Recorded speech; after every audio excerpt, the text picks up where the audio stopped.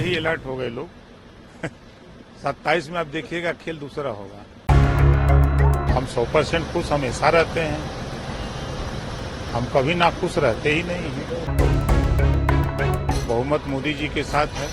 पहले ही एनडीए गठबंधन ने पहली बार, जो गठबंधन था, पहली बार ही प्रधानमंत्री का चेहरा घोषित करके चुनाव लड़ा। आज देश में रोहिणी आयोग का गठन हुआ है ना, 27% आरक्षण को पूरे देश में बांट के देने के लिए। आप उस पर क्यों नहीं बोलते हो? विपक्ष में क्यों बैठे हो? 27 तक क्यों, कोई दिक्कत है? देखिए, जनता की सोच थी, जनता के लिए जो माननीय नरेंद्र मोदी जी ने किया है, और जनता ने वोट दे करके माननीय नरेंद्र मोदी जी को तीसरी बार प्रधानमंत्री बनाने के लिए बहुमत दिया है। सर, आप खुश हैं? हम 100% खुश हमेशा रहते हैं, हम कभी ना खुश रहते ही नहीं हैं। सोनिया गांधी ने कहा है कि ये मोदी की नैतिक हार है, उनको इस्तीफा देना चाहिए और राहुल गांधी को लीडर ऑफ अपोजिशन बनाया जाए। देखिए, कांग्रेस का अपना काम है, और सोनिया जी कह रही हैं तो बड़ी लीडर हैं। वोट से सरकार बनती है, वोट से सरकार गिरती है। एक वोट से अटल जी की सरकार गिरी थी, याद होगा। बहुमत मोदी जी के साथ है।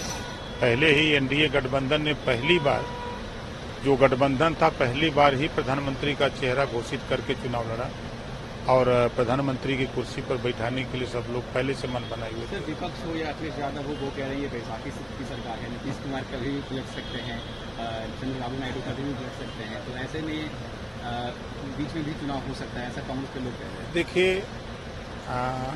विपक्ष कल तक ये कहता था सरकार नहीं बनेगी, अब सरकार बन गई। अब कह रहा है कि लंगड़ी सरकार है, सरकार नहीं चलेगी। 5 साल जब सरकार चल जाएगी तब क्या कहेंगे?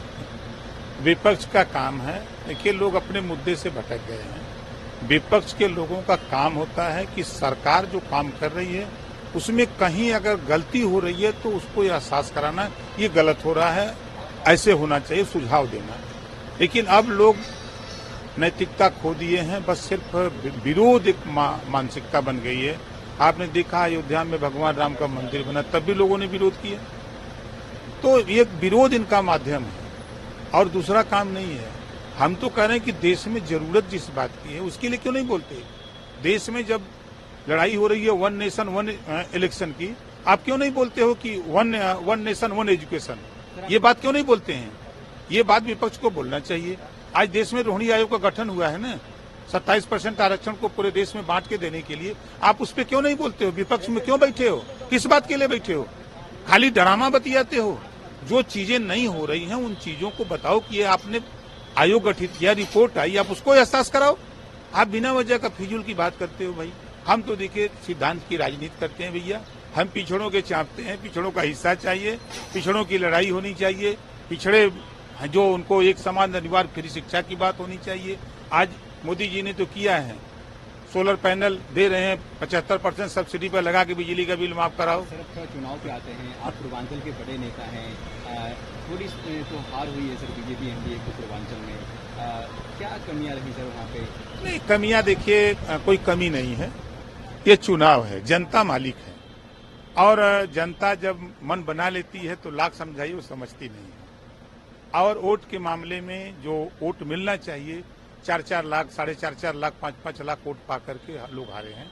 ऐसा नहीं है कि वोट नहीं मिला है। अखिलेश यादव यूपी में एक्टिव हो गए हैं, वो अब विधानसभा की तैयारी कर रहे हैं सर। वो अच्छा हुआ कि पहले ही अलर्ट हो गए लोग 27 में आप देखिएगा खेल दूसरा होगा।